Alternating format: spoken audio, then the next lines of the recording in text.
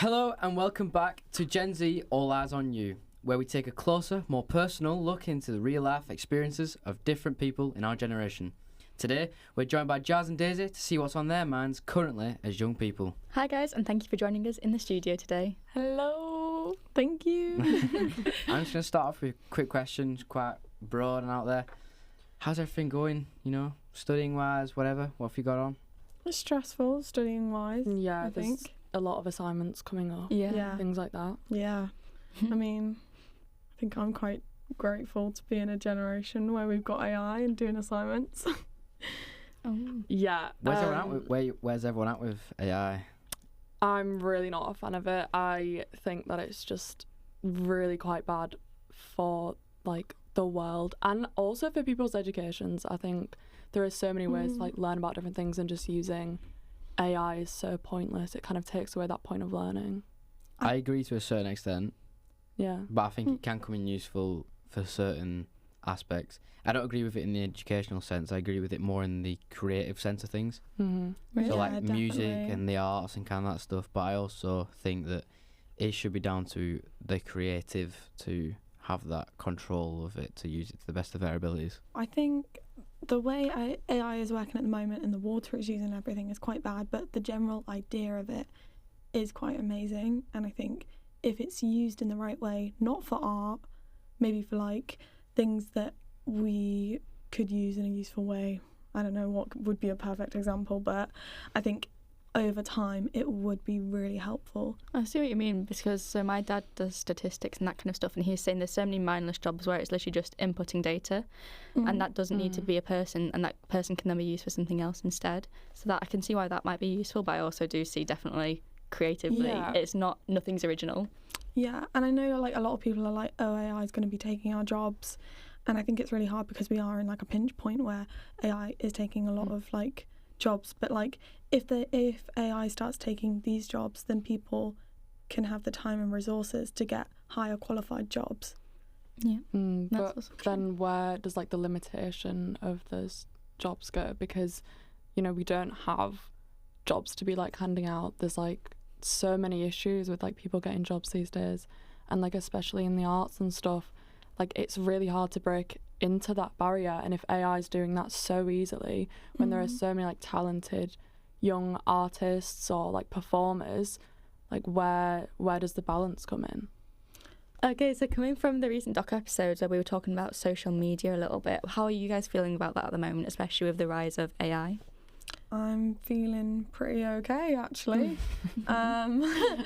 I maybe sometimes using AI for questions that I can't answer myself, but I know that's not always a popular thing to do. I completely avoid AI at all costs, even when I'm on Google search and it comes up with the automatic one. I feel guilty. It's a very uncontrollable point of social media, and there are basically no limitations to it, and I think that's really quite dangerous. Even when you're scrolling, you get the fruit videos. Yeah, it's everywhere, and it cannot be controlled, I don't think. You know what I don't mind? I don't mind when you're on Instagram trying to make a post, suggested songs. I don't mind that. It's a decent form of AI. I didn't even know that was AI, actually. So sometimes it takes it from what you've already put on, so it's like an algorithm, and then sometimes it'll look at the actual picture that you post in all pictures, and it'll give you a suggested song. Do you not think that's kind of creepy? Well, yeah, but in a sense, no, because when there's so many songs and you have to look for the perfect one for the post, and you think, yeah, that's all right, I'll have that. I think AI is I don't know, I think some parts of it are quite negative, the fact that it uses so much water. Yeah. But I think if we were to find a way to use it correctly, and how it probably was being made to use, then I think it would be really effective. Yeah, I don't know if there is one particular way to use it correctly, because if you take AI and you say give it to people in higher positions with higher jobs and stuff, it then becomes a thing of class where it's sectioned off to only these people and the rest of us. That's not going to stop anyone else from using it. It's just going to want people to use it more. It's going to become more of a desirable thing. Yeah. So do you think that do you think it'll be better when it's controlled more? I just don't think that it can be controlled. I don't think that AI has like a one set solution to it. I think it's obviously very opinion based, whether you like it or whether you don't like it. But I think it cannot physically be controlled because of how free it is. Even if you were to take that away from the like general population, like it then becomes a thing of desire and like status and wealth and like in the celebrity culture. Could you ever think of AI like in the way that we think about the internet? Like when it first came about, it was quite scary. And yes, there are very negative parts to it. But could we imagine ourselves now without the internet? I think that the internet's a little bit of a different one because with that you can... with AI, it's kind of taking away from the planet. With internet, I know that it's not like great, it's not the best thing ever, but it's also regulated and moderated and you can control that. Like you can put restrictions on different websites and things like that. You can't really do that with AI. You know, people, they find ways to make deepfakes. They find ways to make, you know, like relationships with AI. They like it, you can't control it at all. Do you not think that like ChatGPT and say like Google are quite similar in the sense that they both use algorithms to find answers? Instead of like obviously deepfakes and the side of creation is quite not great for the world. Do you not think the algorithm of asking it questions is quite similar to the internet? So it's not that much of a change. Yeah, I think the algorithm's like extremely similar, but it's more of the amount of water and the damage that it's doing to the planet that to me is like the biggest difference. Obviously I don't know everything about how the internet works and how AI works, but like my biggest thing is how it affects the planet. So I think with the internet as well, they prefer it because it's a bit more safer because we know the limits. At what point do you think AI has gone too far? Because obviously people do use it in everyday life sometimes without even realising, as we said with the Instagram. I didn't even know that either. So at what point do you think it can be monitored and at what point do you think it needs to be stopped? I definitely think like if legislation was put in place like to take legal action if people are making deepfakes. I mean, like how would you guys feel if there was a world where we could have AI where it didn't use up ridiculous amounts of water and it was regulated quite well? I mean, would your opinions change on that? Or I think personally in some aspects, yeah, it would change, but I think like my genuinely like biggest thing against it is the lack of limitations with all the deepfakes, with all the people like that woman on ITV who finds herself in a supposed relationship with an And AI. it's not just relationship, it's fully fledged and it's sexual as well. Yeah, It's quite strange. really parasocial, and it's like, you know, I feel like our generation already has like an issue with screens. Like we're always on our phones, we're always watching something. This like just takes a whole new level where now instead of just like scrolling, people are actually interacting and befriending AI.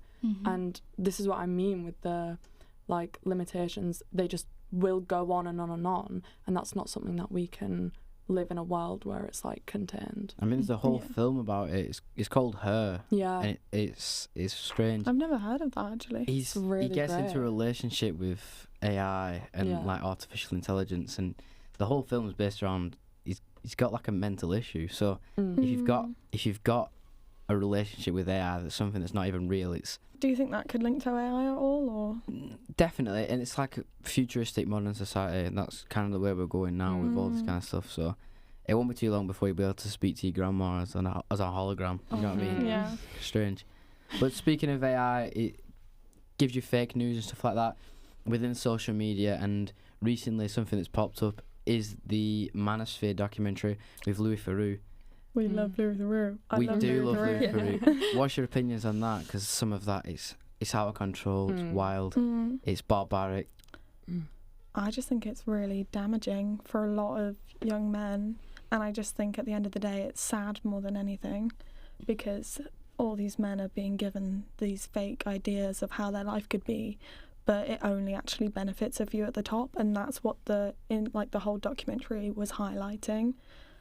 You know, and it's just going a bit back in time because there are men in the documentary being like, depression doesn't exist, and these are the gender stereotypes we're trying to move away from. So because of that HS Tiki Taki, I think his name is, what's going on there? That's not right. I don't know. I just think the whole manosphere, I think at the end of the day, it's just quite sad. And it's quite sad to see because it has such a influential impact on younger men. And I think that's the whole thing that the documentary was trying to highlight, is that the whole manosphere only benefits a few guys at the top, and then it's quite damaging for all the other guys who want to be part of it, who's adding money into it. Because like there were some guys, some younger men in the documentary who were saying, oh, I don't believe in depression, and it's just like we're going back in time, you know, to like, I don't know, it's just like we've come so far with like gender stereotypes and stuff, and like men can talk up, but in the manosphere it's just like, I don't know, there was this phrase, nut up.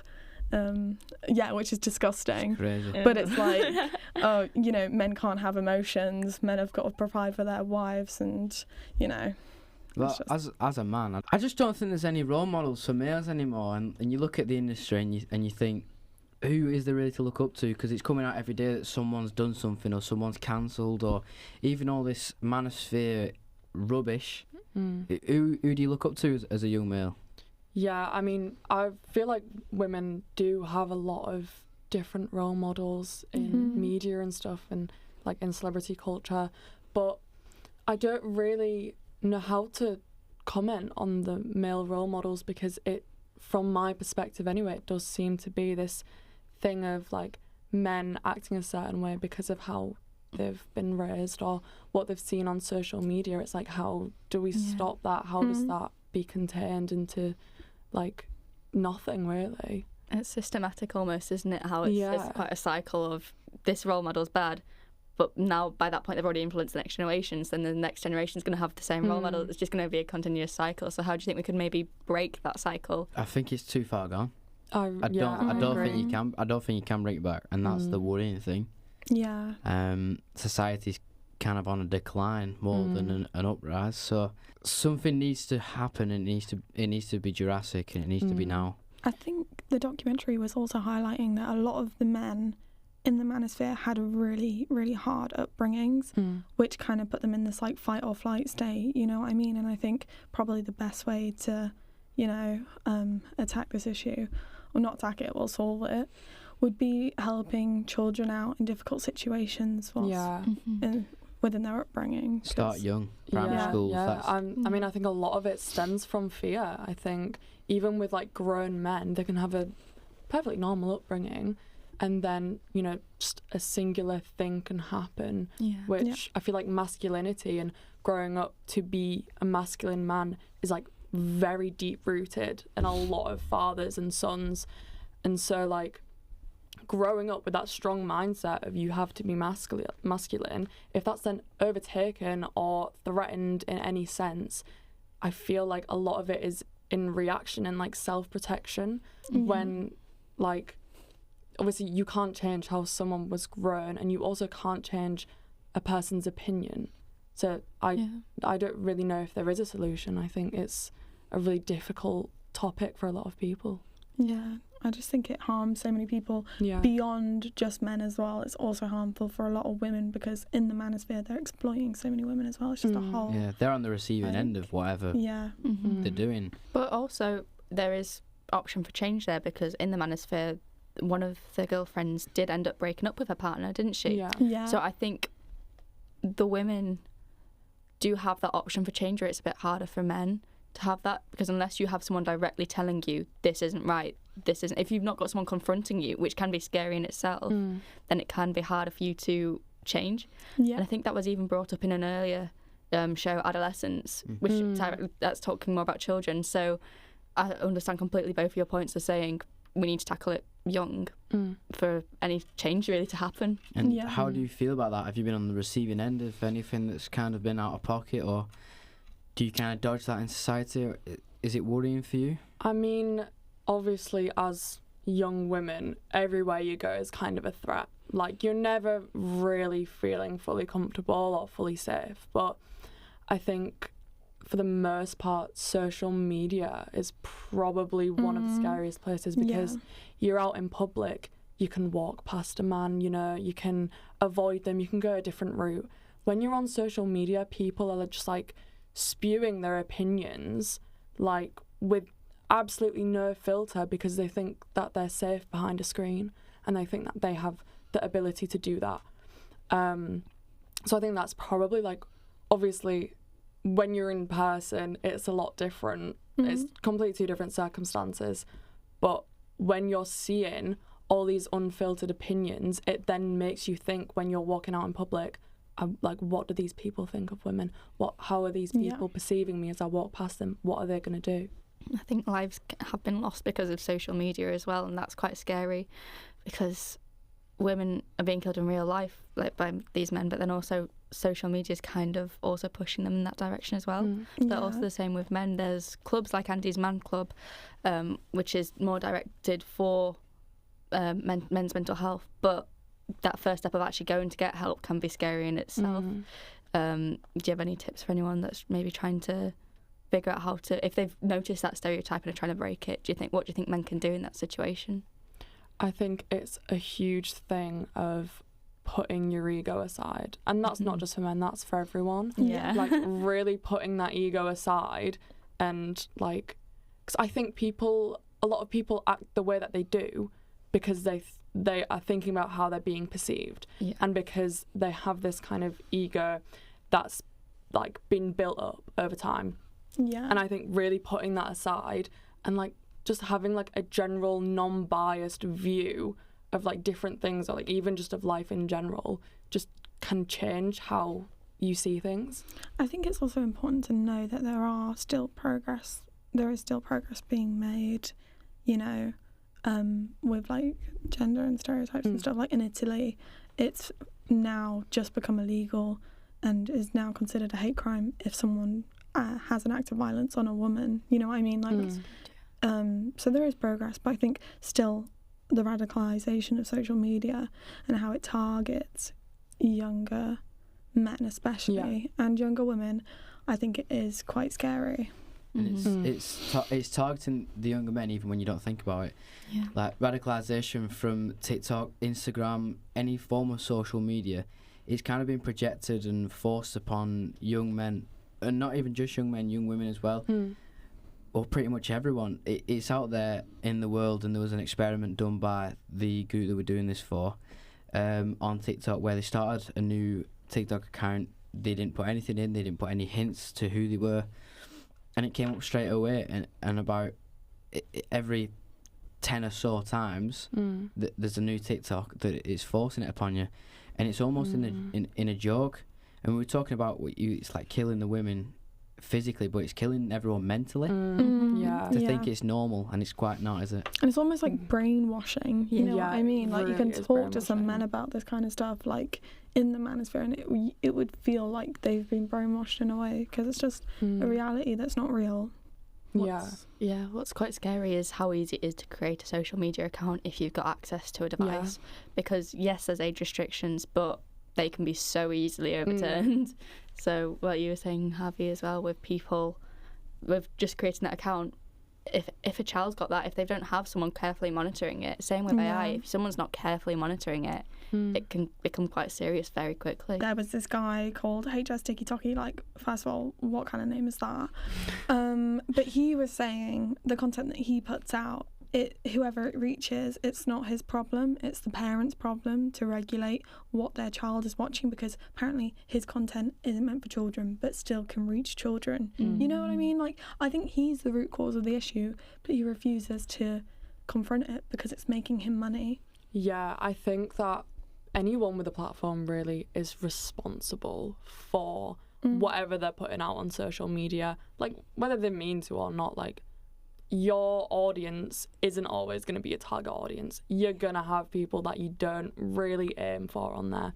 And that's why I think it's so important that, like, no matter who you are, what kind of, you know, platform you have to be so, like, careful with what you're saying, because there are so many people now on social media and so many young people that are just kind of, like, passively viewing things and like just taking in everything that they see. And I think this is probably something we can all relate to. Like maybe like growing up, we've all come across something on social media that has like freaked us out or something. Yeah. And you can still Yeah. remember it now, like it stays with you. Mm-hmm. Yeah, I it's think- really dangerous. Do you think the age restrictions on certain apps should be higher? Because I think that would target it a lot better. You're never going to eradicate this trend from existence, but I feel like there's a way to try and reconciliate people's Yeah. views who are Yeah. younger, kind of thing. So change the age restrictions to be higher for longer, and you'd maybe see a difference. Yeah, I don't necessarily think that age restrictions would do anything. Like, even if you tightened them, like, people are going to get their way around it. I think what Yeah. should more be monitored is what people are actually posting. Like, I think that the content should be reviewed more carefully and not by, like, some AI, do you know what I mean? Yeah. Like, something like good system that can, like, actively consider what is being put out in social media. Because I think, you know, children are going to be on there anyway. Also, live streams. Oh. Abolish. What is going on? Wild. I don't mind it when I'm watching Ginge play a bit of, But anything Yeah. can FIFA or happen what? on one. Like anything can happen on a live stream. That's what I'm Yeah. saying. And like in the documentary, sorry to refer back to it, HS Tiki Toki, he beat up a guy on a live stream. 4,000 people I've seen that. watching. You're Yeah. telling me what, like, at least a few of those 4,000 people are not of the right age to be watching that. And also, who actually wants to watch someone being beaten up anyway with no warning because it's a live stream? It's just, I think Louis Fury was there for that as well, and yeah. I thought it was Yeah.